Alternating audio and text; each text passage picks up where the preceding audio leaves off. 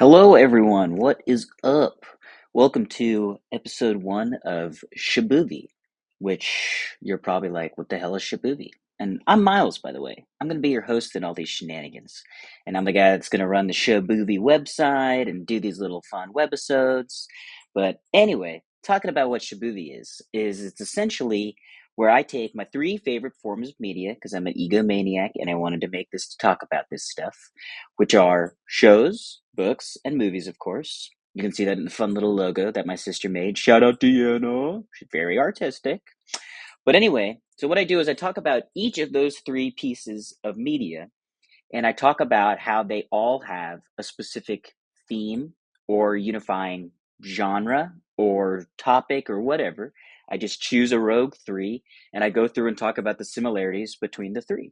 So not super crazy, but for example, if I wanted to talk about for a TV show, Fear Factor, and then if I wanted to talk about for a book, Everybody Poops, and then if I wanted to talk about for a movie, The Human Centipede, then the common theme there is that those are all disgusting.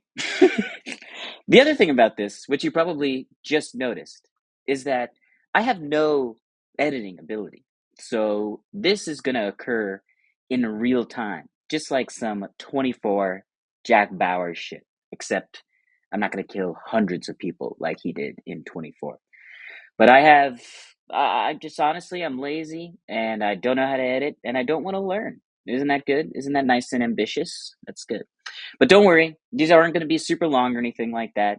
It's not going to be like a lack of editing in terms of like Stranger Things season 4. You see this little image up top where every fucking episode is like 90 minutes long. The finale's 2.5 hours. What are we doing, guys? Like, get an editor in there. Cut some of these scenes. Like, this is ridiculous. Streamline this shit. Anyway, so it's not going to be that long. Not going to be all bloated. But you are going to get it in real time. So you're going to see me spit on myself a little bit. You're going to see me stumble. I might drink some water. It's going to be very real. It's going to be like the boyhood of webisodes here. So anyway, let's get into this month's week. No way. I'm not going to do this weekly. I'll do it monthly. This month's bit, which is going to be about dystopias. So technically, if we want to define dystopia, it's an imagined state or society which has great suffering or injustice, typically totalitarian or post-apocalyptic.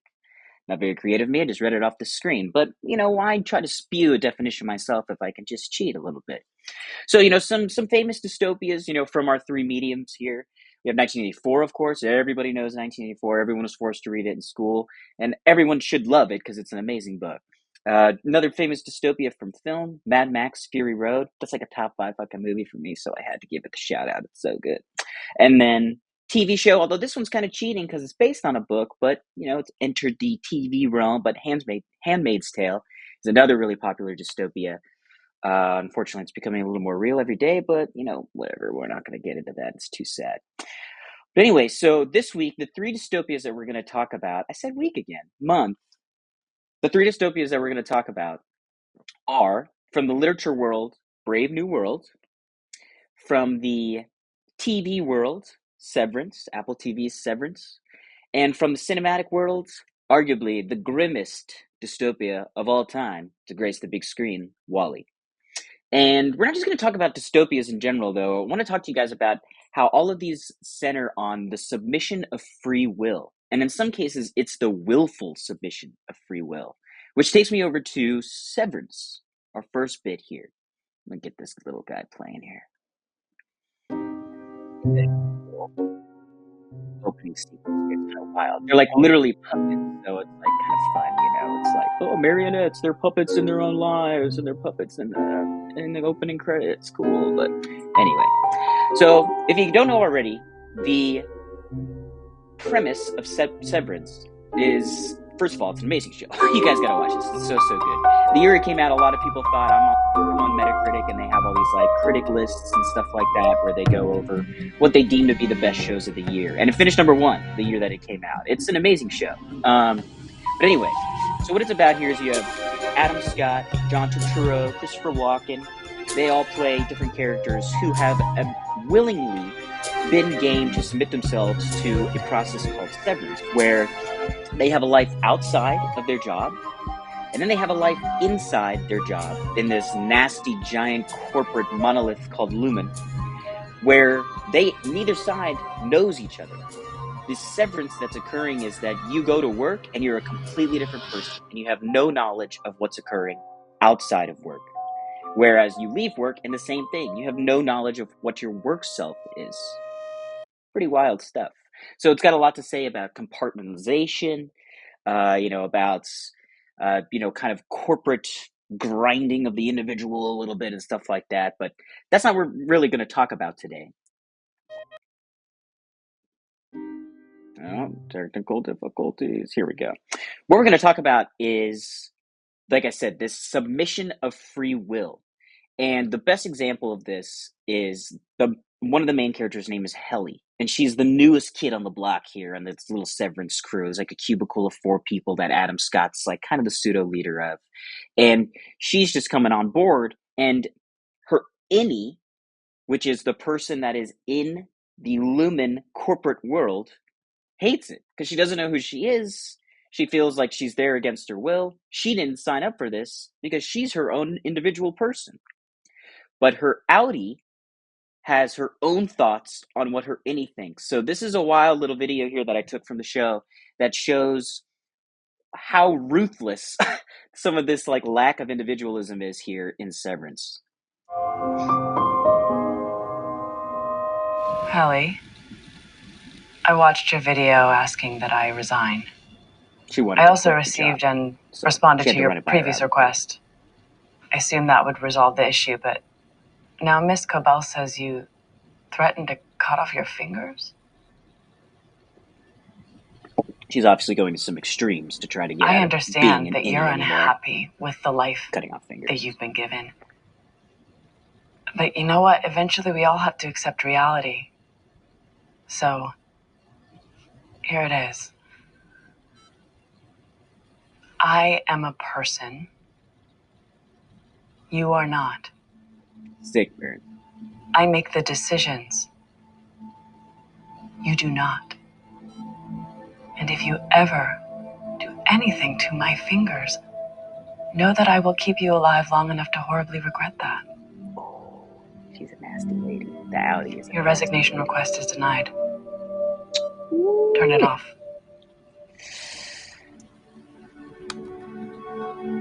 Yikes.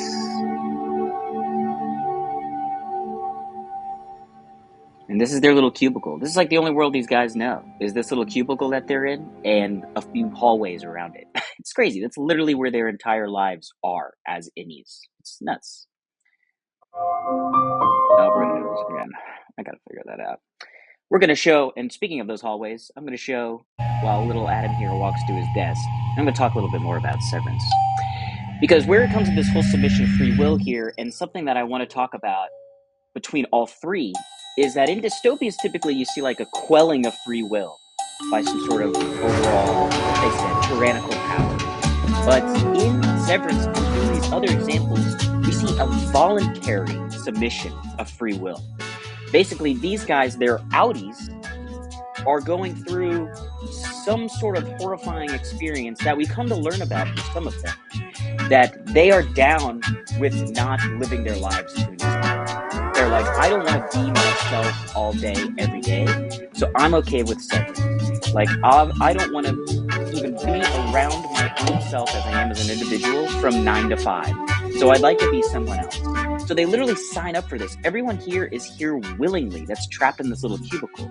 You'd never guess it when we hang out with their innies, these people who are trapped in the corporation, but that's the case. And so you see this sort of their individuality in the form of their innies trying to fight against this submission of free will that the outies have gone ahead and instituted. So that's where we see that submission of free will here in Severance. And that's going to be our big daddy theme here, which is this self-imposed submission.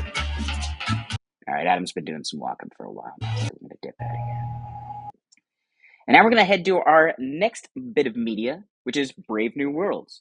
Hopefully, you guys have read this book because it's also fucking awesome. It's so good. I just reread it. I read it in high school and then I read it again. And it's so good, guys. It's so good. really hope you've read it. But anyway, I don't have a lot of fancy graphics here and like videos and shit for Brave New World. They made a terrible TV show on I think like Peacock or something last year, but I'm not gonna get into that, like whatever. But the premise of Brave New World is basically, it's like, and it's one of the marquee dystopias, but basically it's in this hedonistic society where humans are genetically bred. No one has like natural like birth anymore. And if they do, they literally call you a savage and they put you on a reservation. Isn't that wild? But in this world, everything is hyper controlled, but through a way where it doesn't seem controlled. So, like, for example, there's no religion. They've like destroyed every remnants of every religion ever. They also, people just constantly pop in these pills called soma, which is literally just like happiness in a pill. So these people, whenever they feel sad, and they have this like cute little quote that they say, and I can't quite remember what it is, but it's basically like, whenever you're down, have a soma, and they just pop a soma whenever they're sad. So the government just hands these things out like literal candy, and these people just pop it so that they never have to deal with anything sad in their life ever again. There's also no monogamy. There's no romance, because they're like, oh, that's a troublemaker too, so like whatever, we're gonna let people have sex with whoever they want to and not deal with all the like the tricky bits and relationships and love and all that shit. We're gonna tell people that we're encouraging them to have their freedom and sleep around and bang whoever they want and all this stuff. I mean, there's like literal orgies in the book. It's nuts, dude. And they're also like obsessed with Henry Ford in this world. It's pretty wild. 1932, so Ford was a hot topic by then. So a lot of people like to compare Brave New World to 1984. And the difference is here is that 1984 is like a pretty blatant, like, demolishing of society. Like, it's basically just saying, like, we're the government, you're no one, and that's going to be how it goes. And that's sort of, people, like, know that's the case. No one's living a delusion in 1984 that they're like, my life's awesome, you know? But in Brave New World, people are living that delusion. But it's the government almost like falsely encouraging them that they have freedom. So people don't even think to question it, because they're like, my life is awesome. Like, I don't have any conflict. I can take a pill and be happy whenever I want to. I can sleep with whoever I want to. So why would I be upset about anything ever? And that's exactly what the government wants them to do. And then once again, we have that willful submission of free will. And I want to drop this quote here. This is from the world controller of Western Europe, one of the characters in the book. His name's Mustafa Mond. He has a banger monologue late in the book. It's so, so good. And this is just a bit of it here. I'm going to read it out loud, even though you can read it. He says, actual happiness always looks pretty squalid in comparison with the overcompensations for misery. And of course, stability isn't nearly so spectacular as instability. And being contented has none of the glamour of a good fight against misfortune, none of the picturesqueness, I can't say that word, of a struggle with temptation, or a fatal overthrow by passion or doubt. Happiness is never grand. So this is basically him saying that he is outright saying what the government is planning at this point in the book. And he is just saying that it's awesome to overcome conflict, and it's like the more rewarding experience. But he realizes, and the government realizes, that they don't want people to feel that the reward of overcoming that conflict. So they erase all conflict so that they literally have nothing to worry about. And that's the whole duping, and people willingly dupe themselves into thinking that life is wonderful. So that's Brave New World. And now we're going to move to our final and the darkest, arguably, dystopia, which is Walle. Great fucking Pixar movie. Maybe the greatest animated movie of all time. It's not only being the best Pixar movie is like one thing, but maybe being the best animated movie ever. Like, and I don't think that's an exaggeration.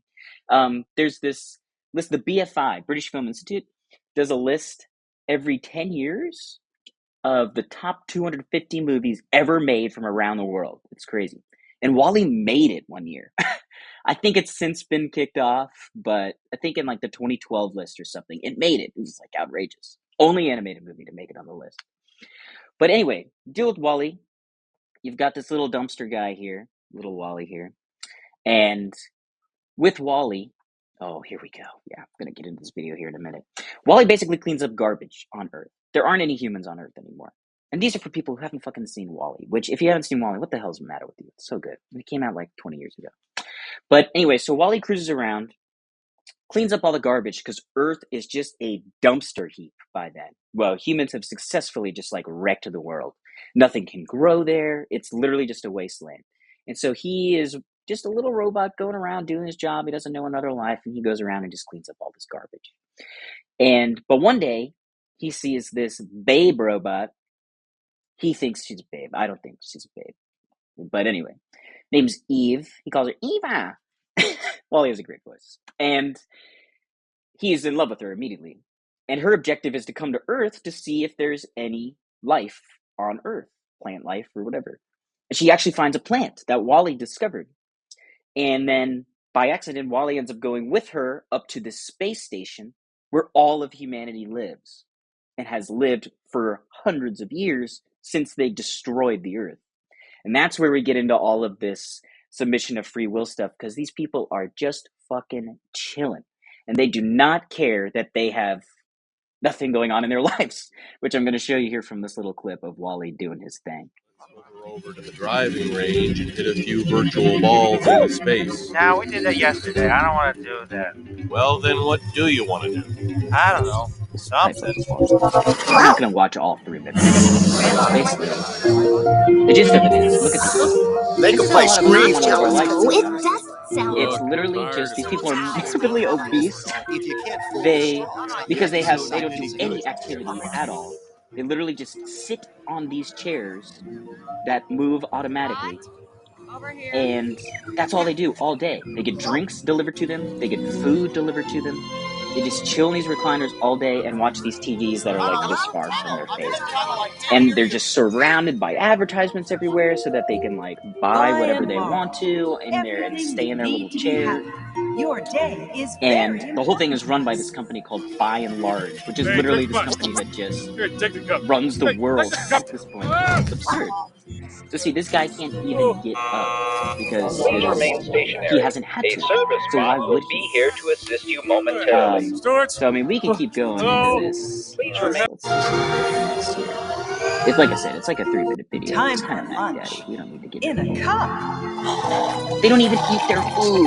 They can't even be encouraged to eat their own food. They drink it in a cup because it's easier. These robots are doing their cosmetics and stuff for them because they can't even do it to look good. They don't even change their clothes. They hit a button to change their clothes. They can't even get up to change their clothes. I mean, it goes on and on. It's absurd. It's crazy. But anyway, the thing with Walle, so obviously, and you come to find out later, I'm spitting on myself a little bit now, is that they've been in space for a long time and they haven't even bothered to try to figure out to go back to Earth. And these people just, because they don't even care to, because why would they? They sit comfy, they sit around all fucking day in these chairs and watch TV and don't have to change their clothes, and who knows how they go to the bathroom. Pixar didn't want to go into that, but it could be a whole disgusting thing. I don't know.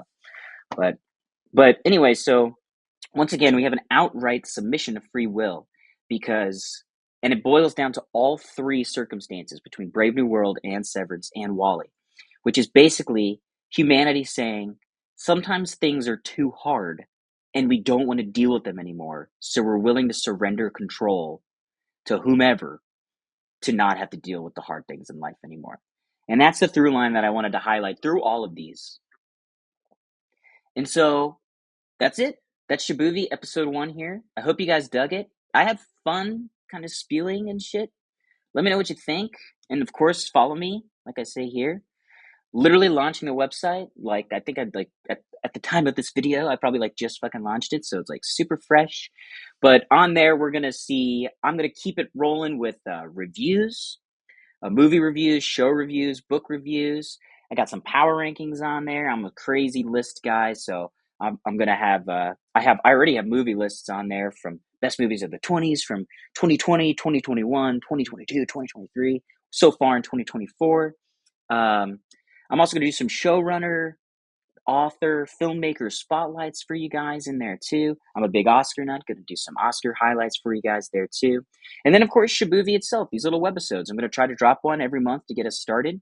And the next one that I think I'm going to do is going to be a vampire themed one and how society uses vampires in shows and books and movies to convey whatever they want to convey. And I'll get into that next time. But thanks for watching. Subscribe, follow, all that bullshit.